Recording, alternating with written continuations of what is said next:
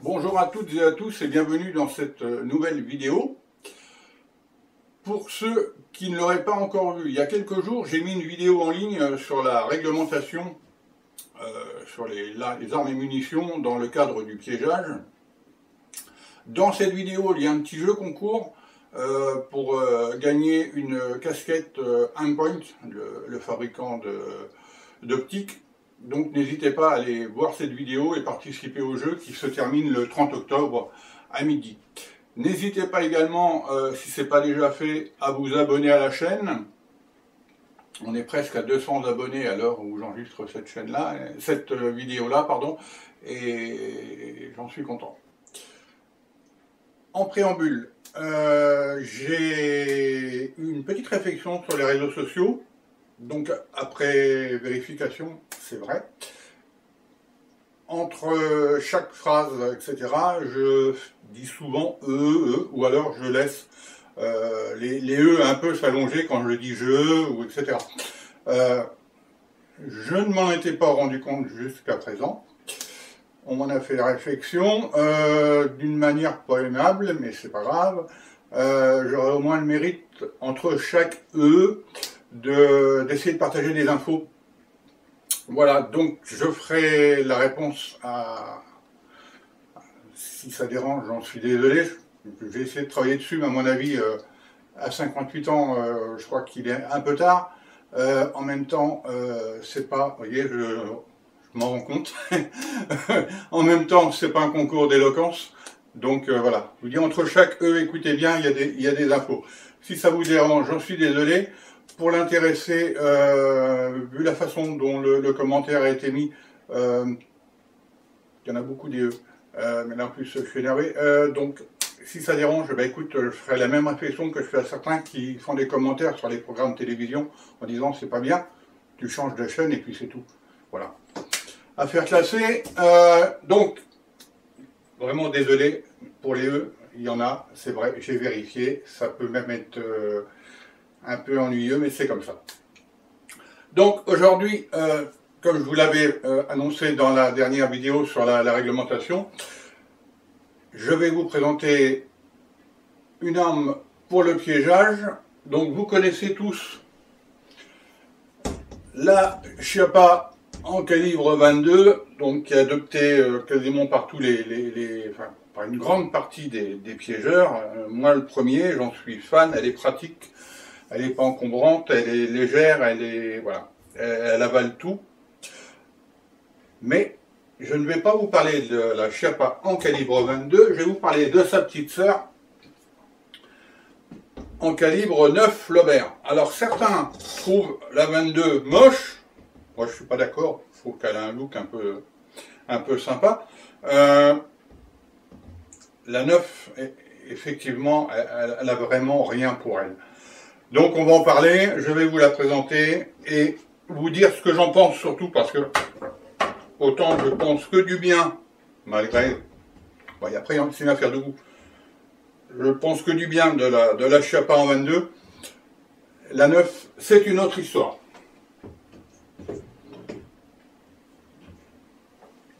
Donc,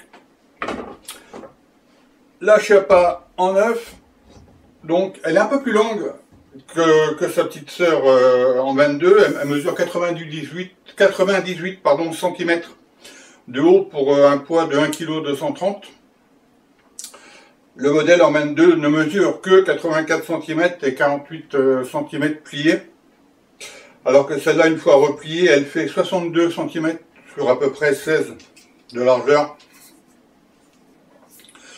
Donc le souci, c'est qu'elle ne rentre pas, par exemple dans le sac à dos, dans mon sac à dos, elle ne rentre pas. Voilà, tout simplement. Je l'utilise extrêmement rarement. Pour le piégeage, pas encore, parce que je l'ai en prévision au cas où j'aurais besoin d'intervenir dans la Manche, où le calibre 22 n'est pas autorisé. Là, honnêtement, je l'utilise à la maison avec des cartouches à grenaille de plomb, pour certains rats communs, dits sur mulot, qui veulent pas se laisser attraper, donc puisqu'ils veulent pas venir, c'est moi qui vais les chercher. Voilà. Donc je vous fais une petite présentation en gros plan de cette merveille. Donc en détail, une crosse squelette avec le talon de crosse en plastique, c'est la seule partie en plastique de l'arme. Ensuite le boîtier avec la queue de détente, bien évidemment le petit levier pour l'ouvrir. Ici vous avez un rail Picatinny. Alors, qui n'est pas un rail Picatinny, puisque le rail Picatinny fait 21, et celui-ci de mémoire, il fait 15, il est légèrement plus petit. Il n'accepte que les poignées pistolets Chiappa. Donc, sur 9 Flaubert, je ne vois pas trop l'utilité d'une poignée pistolet. Sur la 22, peut-être, ou la 17 HMR, peut-être plus. Donc pas forcément, on en trouve aussi des fabrications en 3D maintenant sur Naturabu, et c'est pas mal non plus. Donc au niveau de la chambre, c'est octogonal, donc ça peut rendre service, on verra après. Donc le chien. Le canon, j'essaye de pas trop bouger mon téléphone pour pas vous donner le mal de mer. Au niveau des organes de visée, vous avez, alors là, je vais essayer, hop, vous avez, voilà, un cran de mire qui est directement fraisé dans la carcasse, et il ne faut pas faire ce que je viens de faire, hein, le chien m'a glissé des mains, le guidon en grain d'orge. Donc au niveau du fonctionnement, simple action, c'est-à-dire qu'il faut armer le chien avant de pouvoir percuter, donc ça évite, ça va faire également de sécurité. Pour chambrer, donc on appuie sur le levier pour ouvrir. Plus le canon descend, vous avez un extracteur qui sort, on en reparlera tout à l'heure, ce qui permet, hop là, voilà. Donc là, l'arme est approvisionnée. Bien évidemment, je ne vais pas armer le chien puisque je suis dans mon bureau. En parlant de chien, pour ceux qui suivent, ne vous inquiétez pas, Jacques n'est pas dans le bureau, puisque une arme doit toujours être considérée comme chargée. Là, c'est le cas, en l'occurrence, hein, mais en permanence chargée, donc dangereuse. Donc, voilà. Pour extraire, une fois que vous avez tiré, ou il n'y a pas eu besoin de tirer, hein, pour extraire l'étui, donc il y a juste à basculer, enlever, voilà. Ça se passe pas pareil avec l'autre type de munitions. Donc concernant les munitions, il existe deux types de munitions. La première, des cartouches à grenades de plomb, donc plomb de 8 pour les connaisseurs, donc qui est vendu par boîte de 50 et qui vaut à peu près une vingtaine d'euros, qui n'a pas une grosse puissance. Et ce qui nous intéresse plus, nous, piégeurs, les cartouches à balles, donc de type bosquette, c'est-à-dire sans charge de poudre entre le... Enfin, dans l'étui, il n'y a pas de poudre, hein, c'est le système d'amorçage qui propulse la balle. Et au niveau du prix, alors là, accrochez-vous, une boîte de 50 cartouches à balles, ça vaut entre 30 et 40 euros, suivant les armureries. Je vous mets une cartouche de 22 long rifle à côté, pour vous donner un peu un point de comparatif. Et pour aller dans le comparatif jusqu'au bout, au niveau du prix, une boîte de 50 cartouches en mode dans le rifle, ça vaut entre 6 et 7 euros. Moi, celle que j'utilise, c'est du Winchester, et je les paye 6 euros et quelques. Voilà. Voilà pour les munitions. Petit rappel, le 9 Flaubert, il n'y a pas d'amorce, hein, bien évidemment, puisque c'est de la percussion annulaire. Donc, là on est sur les munitions, mais petit conseil, percutez pas, que ce soit du 9 ou du 22, percutez pas à vide. ça abîme les percuteurs, puisque là, il claque pas, déjà, faire claquer dans le vide, c'est pas bon, mais là, il claque directement sur le bord de la chambre, donc c'est encore moins bon. Donc la différence par rapport à, une des différences par rapport à ces petites sœurs en 22 ou 17, ou même 22 Magnum, je l'avais oublié ce calibre, même si ça se fait plus beaucoup, c'est qu'il n'y a pas de rail Picatinny. Donc c'est vrai que utiliser des rails Picatinny sur une 9 Flaubert, faut vraiment avoir besoin.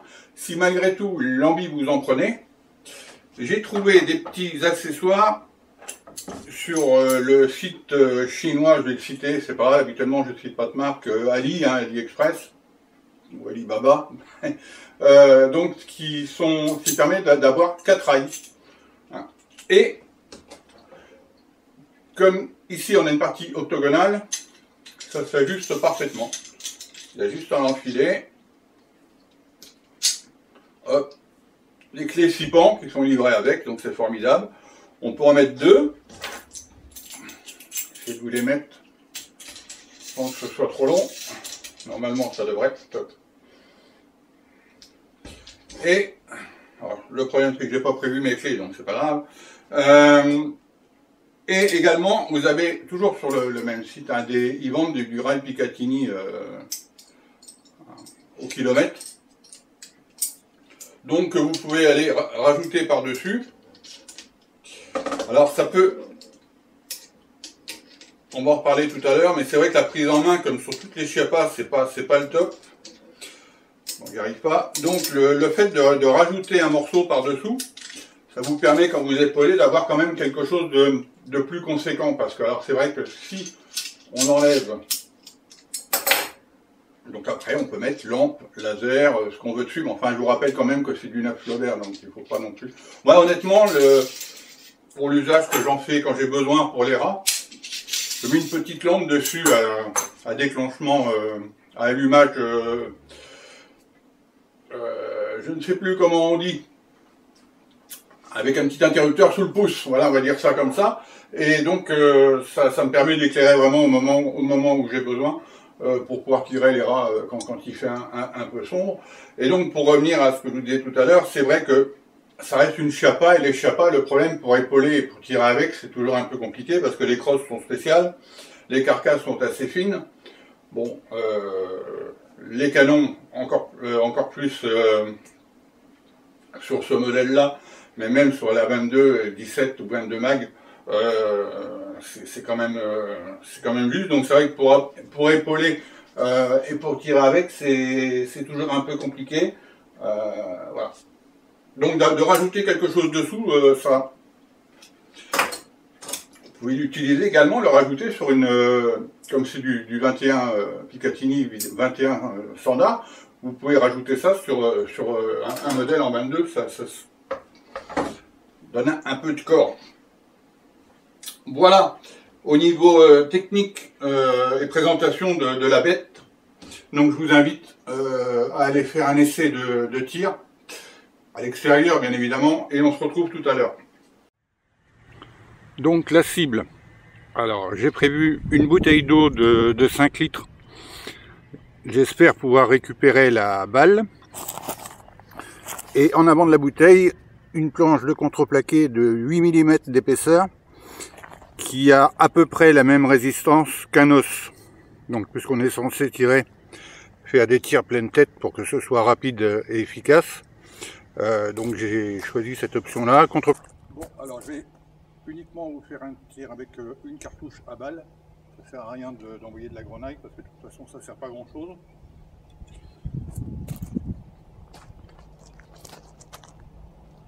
Il y a une butte de terre à peu près d'un mètre 50 d'épée derrière, donc ça devrait le faire.